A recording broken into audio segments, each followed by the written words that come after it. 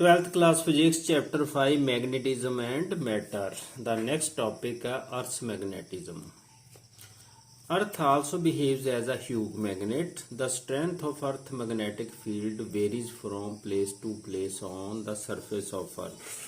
जैसे ये अर्थ है ये भी as a magnetic field behave करती है। इसका जो मैग्नेटिक फील्ड है जगह जगह पर वेरी करता है। अगर जहां देखें तो मैग्नेटिक फील्ड अलग होगा, पोल्स पर देखें तो अलग होगा, जो इक्वेटर है सेंटर में इस पर देखें तो अलग होगा।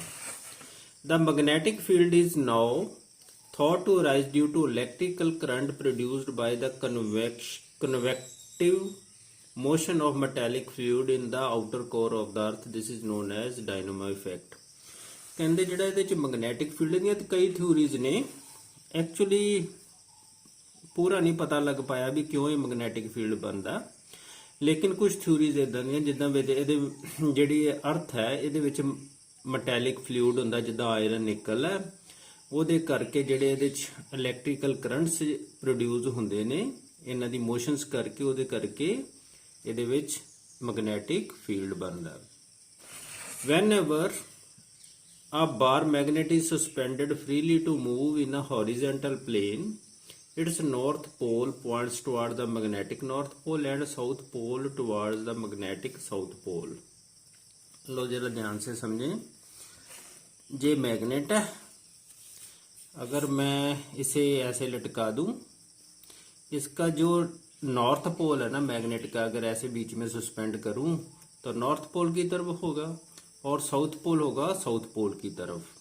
लेकिन एक्चुअली जेड़ा था नॉर्थ पोल है ना इस मैग्नेट का, एक्चुअली जहां साउथ पोल होता है यही बाहर ले गया, but in reality north magnetic pole behaves like south pole and south pole behaves like north pole.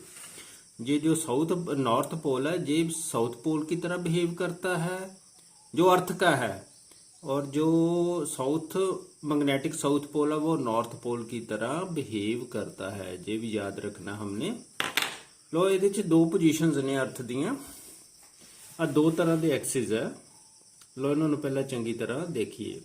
The vertical plane passing through the geographic axis is called the geographic meridian. एक तो सीधा ही axis जो 90 degree से इस equator से 90 degree से पास होता है उसे कहते हैं जियोग्राफिक एक्सिस, जिसके इर्द गिर्द धरती घूमती है। लेकिन जो मैग्नेटिक एक्सिस है ना उसका अलग एक्सिस हैगा, वो थोड़ा एंगल है। The vertical plane passing through the magnetic axis of earth is called magnetic meridian. जो मैग्नेटिक लाइंस ऑफ फोर्सेस है उसका थोड़ा अलग एंगल है, कितना अबाउट 11.3 डिग्री के का फर्क है दोनों के लगभग। ये हो गया मैग्नेटिक एक्सिस, ये हो गया जियोग्राफिक एक्सिस। ये जो लाइन है इसे मैं जियोग्राफिक मेरिडियन भी कह देते हैं, इसे मैग्नेटिक मेरिडियन भी कह देते हैं। जो फील्ड बनता है वो मैग्नेटिक मेरिडियन के इर्द गिर्द मैग्नेटिक लाइंस ऑफ फोर्सेस ऐसे बननी है, ऐसे इर्द गिर्द। अब कोई वस्तु मैग्नेटिक नीडल चाहे मैग्नेट रखोगे उसकी डायरेक्शन किधर होगी, ये मैग्नेटिक एक्सिस के मुताबिक हमने उसे चेक करना। वो डायरेक्शन मैग्नेटिक एक्सिस के मुताबिक मैग्नेटिक मेरिडियन के बाद मुताबिक शो करेगा। The axis of rotation of earth is called geographic axis. ये जियोग्राफिक एक्सिस जो ऐसे अर्थ घूमती है इसे जियोग्राफिक एक्सिस कहते हैं।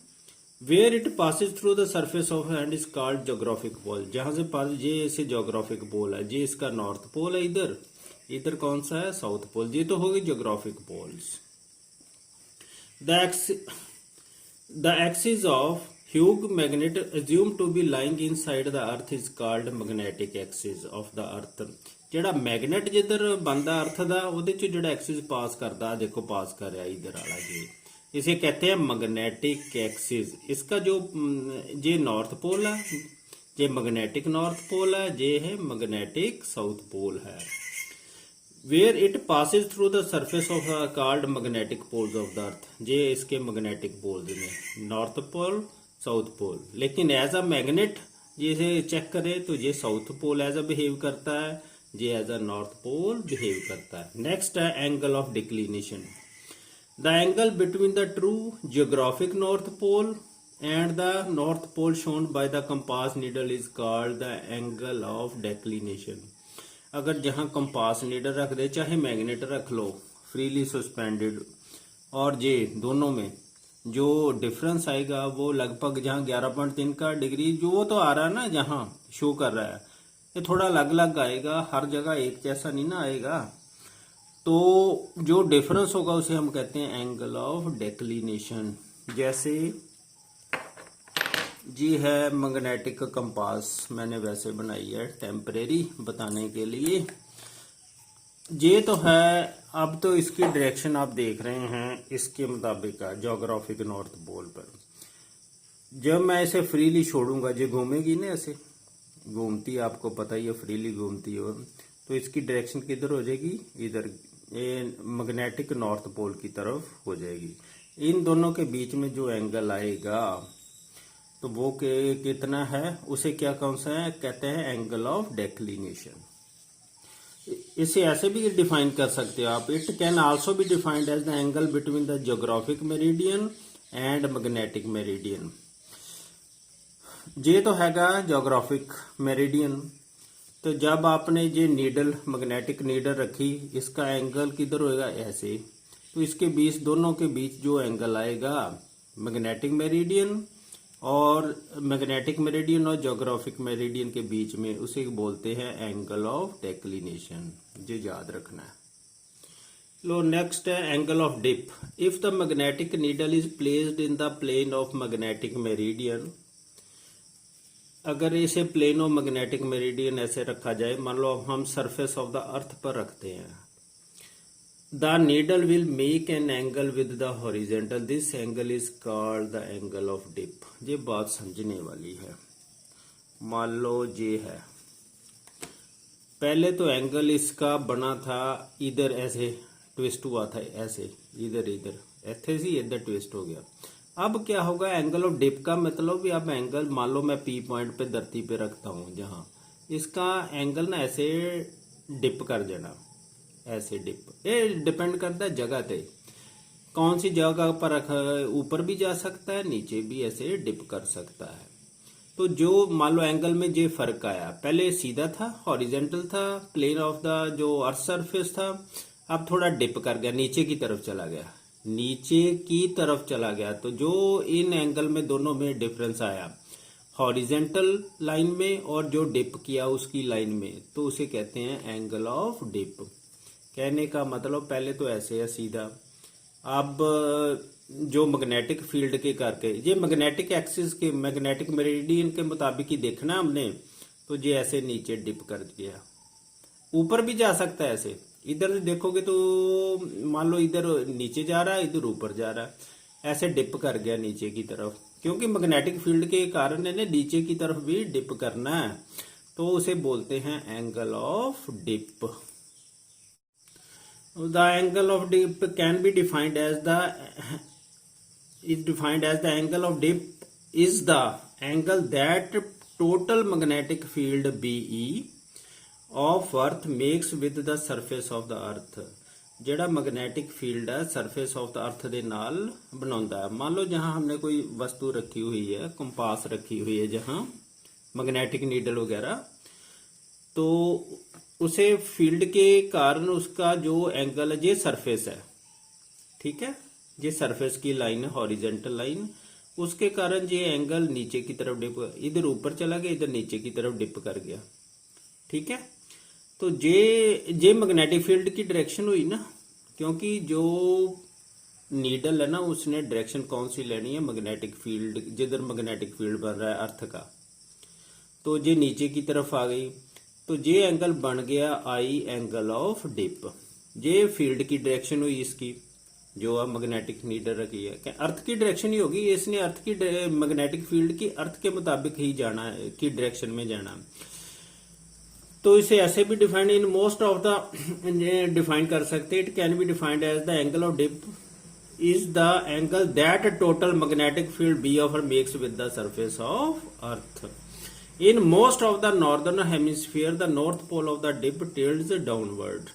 ਜੇ ਨਾਰਥ ਪੋਲ ਦੇ ਵਿੱਚ ਜਿਹੜਾ ਇਹ ਇਦਾਂ ਡਾਊਨਵਰਡ ਹੋਣਾ, ਟਿਲਟ ਡਾਊਨਵਰਡ, ऐसे डाउनवर्ड हो जाएगा, ऐसे ऐसे ऐसे ऊपर। जे नॉर्थ वाली साइड पे है ना।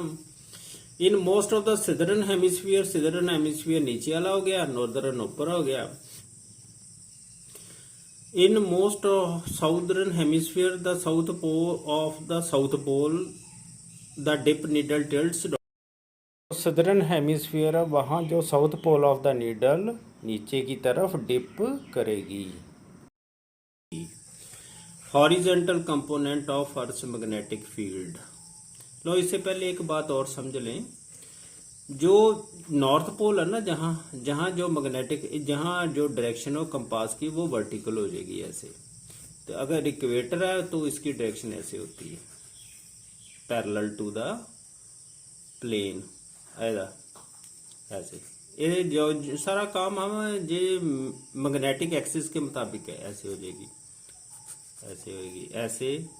फिर इसने ऐसे टिल्ट करते जाना, टिल्ट करके जाकर, क्योंकि मैग्नेटिक लाइंस ऑफ फोर्सेस ऐसे चलती है ना, तो जहाँ इसकी डायरेक्शन ऐसे वर्टिकल हो जाएगी, ऐसे नीचे जाओगे तो इसकी डायरेक्शन वर्टिकल होगी।